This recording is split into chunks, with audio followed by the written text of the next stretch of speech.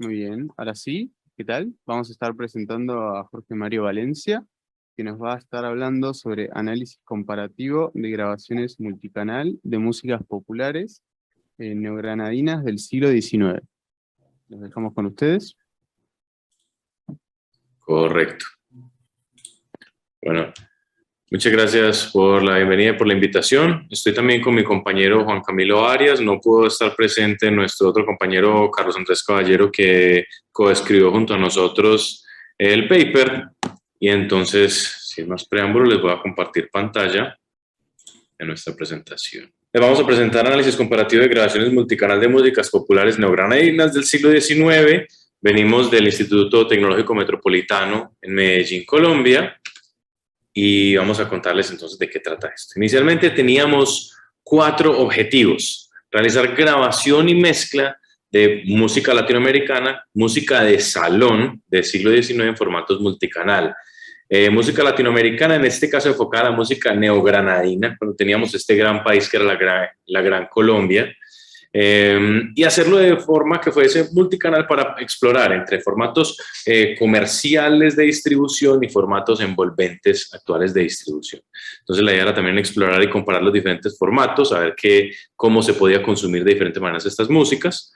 Esto hace parte de un proyecto más grande, por eso nuestro tercer objetivo habla de complementar una labor que ya venía haciendo otros compañeros de tiempo atrás, que era la recuperación de estas músicas. Ellos empezaron a transcribir, editar y como traer de nuevo a la vida todas estas músicas de las cuales ya les vamos a hablar. Y también, como son músicas que estaban casi que prácticamente en el olvido, buscar la forma de generar nuevas experiencias de consumo de esta música. Entonces comenzaremos hablando, mi compañero Camilo les va a empezar hablando de qué trata esto de las músicas neogranadinas. Bueno, buenos días a todos, buenas tardes. Rápidamente, de entrada, sí, era un ejercicio de recuperación de músicas populares neogranadinas que están recopiladas en 2 cuadernos manuscritos. Uno se llama Canciones Neogranadinas y Villancicos y Responsorios. Ese está en la Biblioteca Luis Ángel Arango de Bogotá. Y también está el cuaderno de piezas y canciones de José María Ardila, que se reposa en alguna biblioteca de Caracas, que bueno, en ese entonces éramos el mismo país. Estas piezas son bambucos, pasillos, valses y todo tipo pues como de géneros musicales que se usaban en ese entonces como música popular. En ambos cuadernos se muestran las prácticas musicales domésticas que eran usuales en Latinoamérica en el periodo del entresiglo.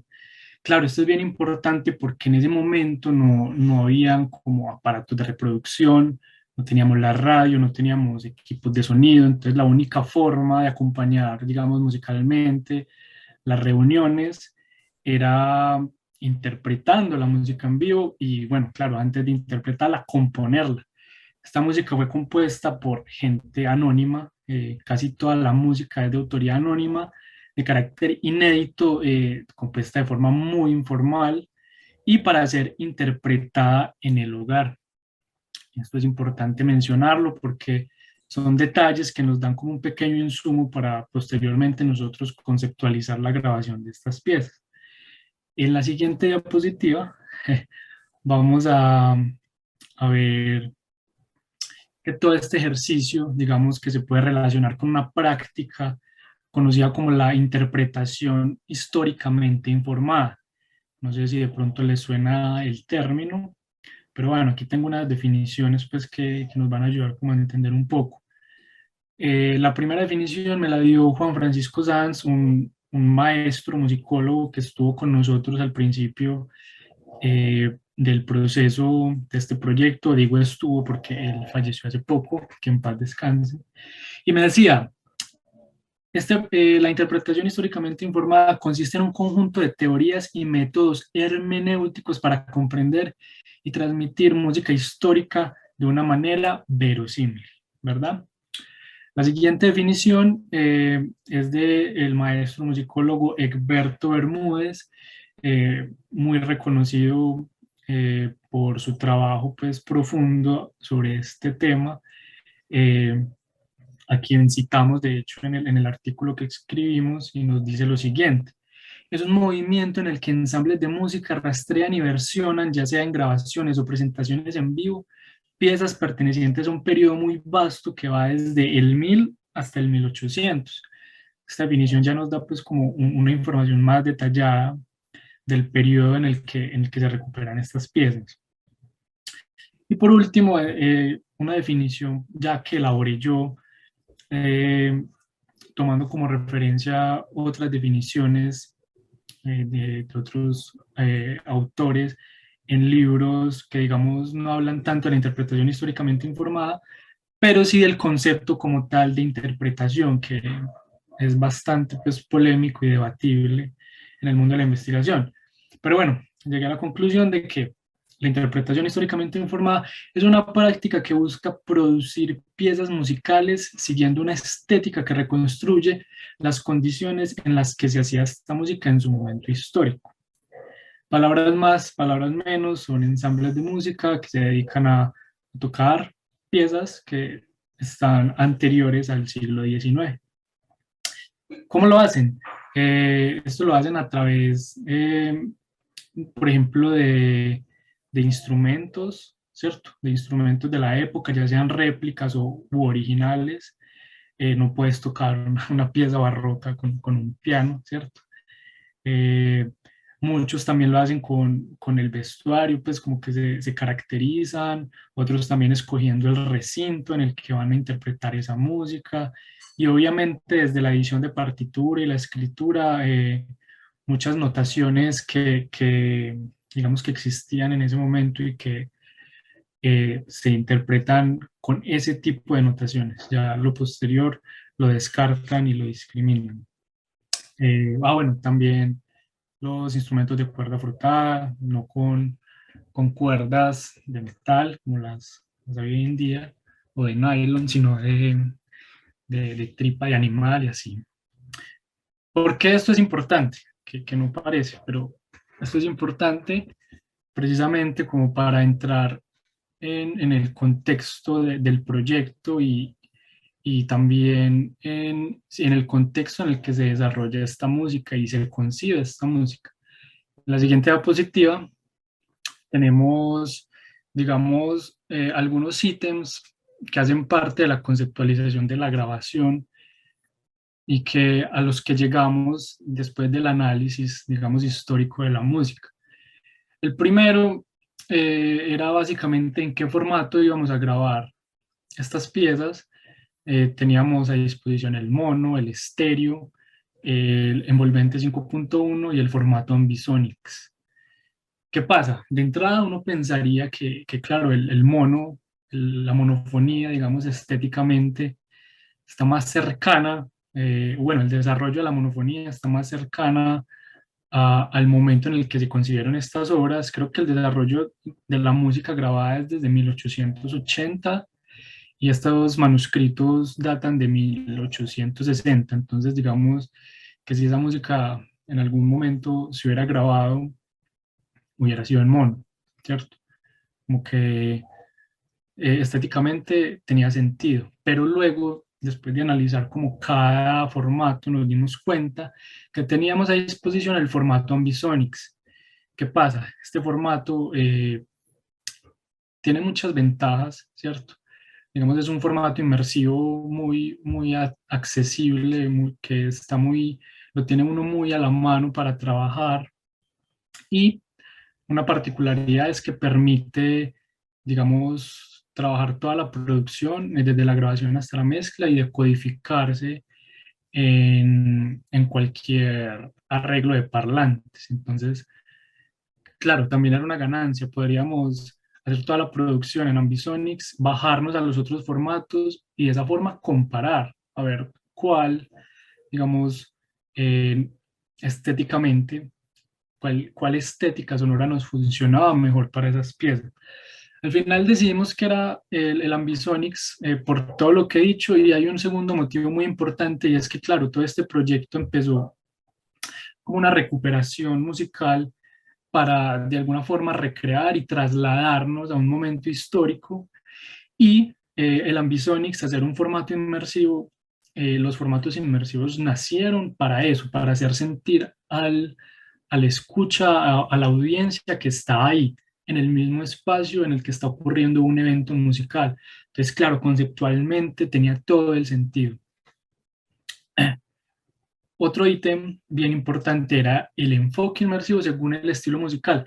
Claro, esta música tendría que ser puramente acústica y la producción musical acústica, digamos, tiene unas consideraciones sonoras como la naturalidad y la transparencia.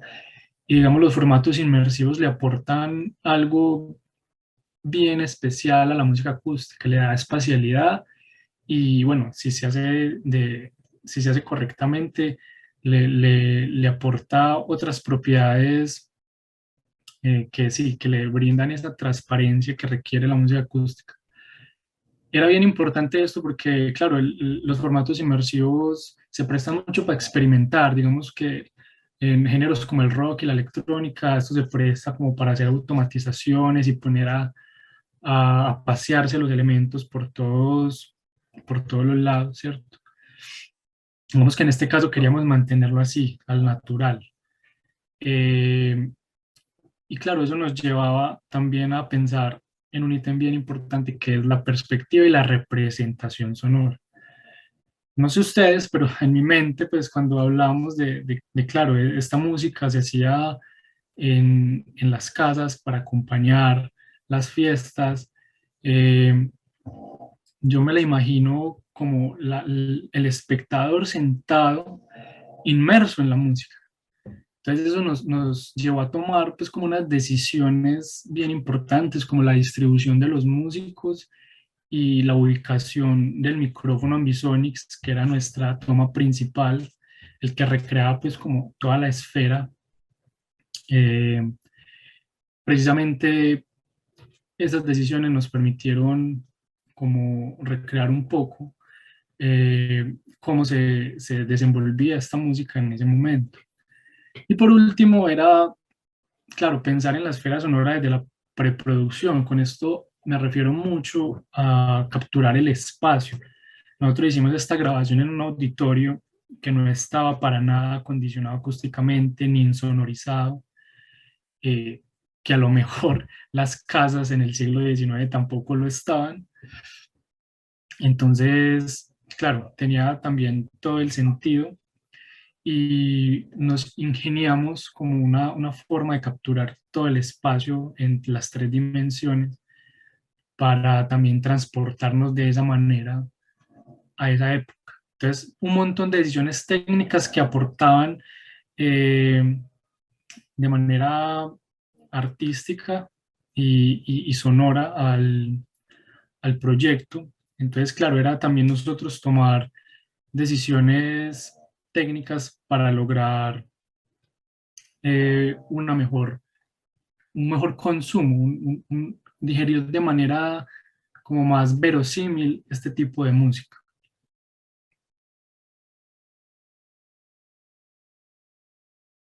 ¿Estás muteado, Jorge? Listo. En este momento entonces gracias Cami. En este momento les vamos a hablar un poco del proceso de preproducción y grabación, las decisiones técnicas que tomamos, de las que les venía hablando Camilo, un poco más en detalle.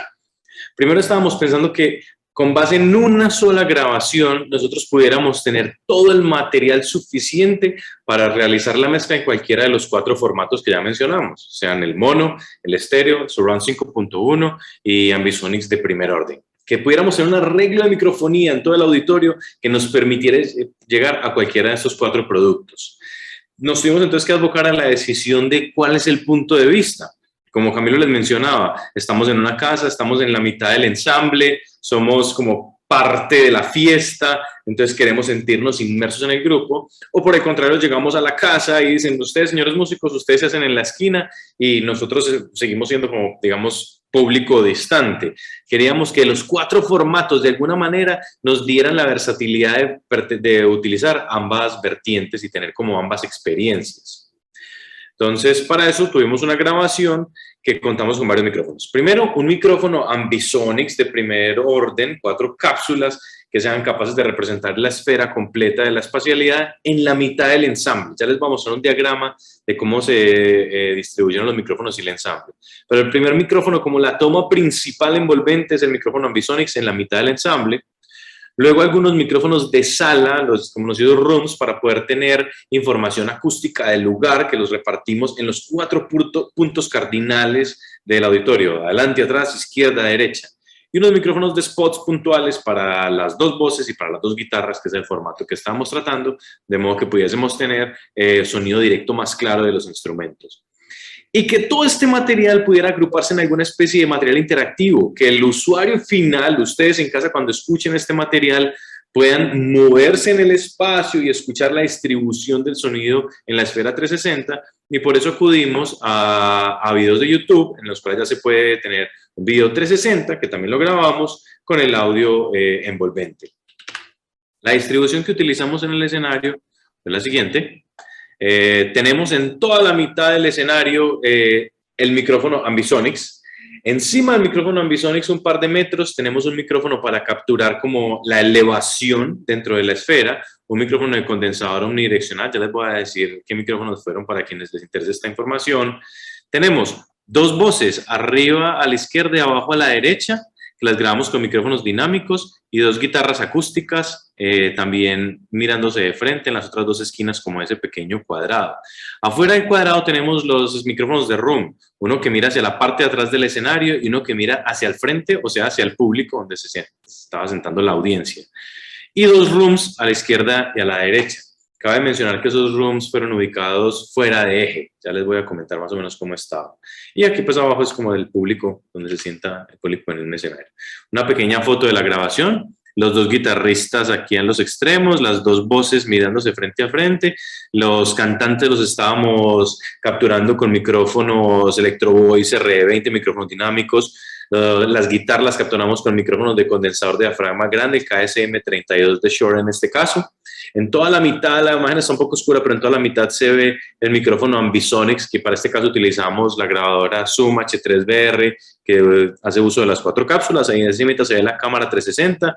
Si uno siguiera la línea que marca este paral, arriba de esa base está el micrófono de la elevación, que utilizamos lo que llamamos aquí en el número 1 el Room Center, la Audio-Técnica 4050. Los micrófonos de room, los 4 extremos, fueron Neumann KM184 fuera de axis, o sea, no mirando hacia la banda, sino mirando hacia las paredes, de modo que pudiésemos tener un poco del color de la acústica del lugar y que no se nos mezclara tanto con el sonido directo, que para eso teníamos los micrófonos independientes, KSM32 para las guitarras y Electro Voice, perdón, R20 para las voces. Apenas tuvimos este material capturado, salieron de ahí entonces la mezcla mono, la estéreo, la 5.1 y la Ambisonics. Para ellas utilizamos diferentes micrófonos de los capturados. En la mezcla mono utilizamos los spots para tener la claridad de los instrumentistas individualmente. El room del centro, el que capturaba como la altura, la elevación, para tener una toma de centro. Y el que se llamaba room front, que era al frente del escenario, para dar un poquito de profundidad con respecto a las tomas puntuales que ya teníamos. Para la mezcla estéreo utilizamos nuevamente los spots directos de los instrumentos y voces y los rooms de los lados para poder hacer una representación, alguna especie de par espaciado AB para tener el campo estéreo, y utilizamos el room back para tener también una especie de profundidad sobre la mezcla estéreo. La mezcla 5.1 la realizamos con todos los micrófonos utilizando un paneador surround, lo hicimos en el DAW Reaper con el plugin Rea Surround que viene incluido con el software. Y también hicimos, para hacer un experimento, el micrófono Ambisonics. Como Ambisonics puede decodificarse a un sinnúmero de formatos envolventes, lo utilizamos para decodificar a 5.1 desde la misma toma Ambisonics. La mezcla Ambisonics como tal la hicimos con los micrófonos, a partir de los micrófonos discretos, el micrófono Ambisonics y ambos escenarios combinados, de modo que pudiéramos tener una comparación entre el sonido del micrófono Ambisonics y de todas las tomas puntuales, siendo paneadas también con un paneador Ambisonics. En este caso utilizamos el Dear VR. ¿Qué logramos? Grabamos 2 temas, No me digas adiós y Hippie Japa, canciones neogranadinas. Las subimos a un video 360, están en videos 360 de YouTube, tanto la versión solamente con H3BR como la versión paneada con los instrumentos puntuales, que se pueden mirar en YouTube, que ahorita les vamos a poner los links. En el formato Ambisonic, entonces hicimos las 2 tomas y las 2 se publican. La versión 5.1 y la versión mono están en un repositorio online, que también lo compartiremos para quienes quieran escucharlo. La versión mono, como dijimos, la hicimos para tener un acercamiento más, digamos, lo más cercano posible que pudiéramos estar a lo primero que se grabó cuando la música fue escrita, y para eso se publicó. En cuestiones de accesibilidad decidimos hacer el estéreo porque sigue siendo el formato más común de distribución de música en línea. Y Ambisonics, que también se empieza a distribuir a través de plataformas como YouTube y como Facebook, y muchos de los servicios de streaming actuales ya tienen formatos de sonido envolvente como Dolby Atmos, y en el caso nuestro pues decimos Ambisonics porque es el más, el de acceso más fácil aún. 5.1 también lo hicimos siempre a sabiendas que no es un formato comercial en la actualidad, pero también para hacer una comparación sobre la espacialidad. Esto nos demostró que tener parlantes direccionales da una imagen de espacialidad muy precisa, pero muy poco flexible, como si la tiene Ambisonics, donde independiente del arreglo de parlantes, yo puedo jugar con la ubicación espacial dentro de la esfera 360. Y fue muy importante para nosotros no solamente dedicarnos a los sonidos de sala, como lo captura el micrófono Ambisonics 360, sino también poder tener el sonido directo de los instrumentos que viene de los micrófonos puntuales que ubicamos para cada uno. De esa manera podemos tener también una comparativa de sonoridad más abierta, más global, más espacial, comparable con lo que se pudo haber hecho a principios del siglo pasado, y una mezcla más moderna que también pudiese ser de consumo de los nuevos sistemas de reproducción y sistemas de distribución actuales que tenemos en la actualidad. Quienes quieran escuchar el material pueden tomarle pantallazo o foto a esta diapositiva donde tenemos las 2 canciones, a la izquierda Hippie Japa y a la derecha No me digas adiós. Los 3 QRs corresponden a la mezcla en Ambisonics solamente con la grabadora Ambisonics, el de la mitad son los micrófonos discretos pero paneados en Ambisonics, ambos en videos 360 interactivo, y la mezcla estéreo, un poco más como el sonido actual de distribución y sonido moderno de cómo se consumiría hoy en día esta música. Tanto para Hippie Japa como No me digas adiós están las 3 versiones, y en esta carpeta repositorio están las versiones mono y 5.1, si alguien también quiere acercarse a escucharlas. Muchas gracias a todos por su atención, nos pasamos un par de minutos, qué pena. Muchísimas gracias. Gracias a ustedes por la invitación. Gracias. Hasta luego.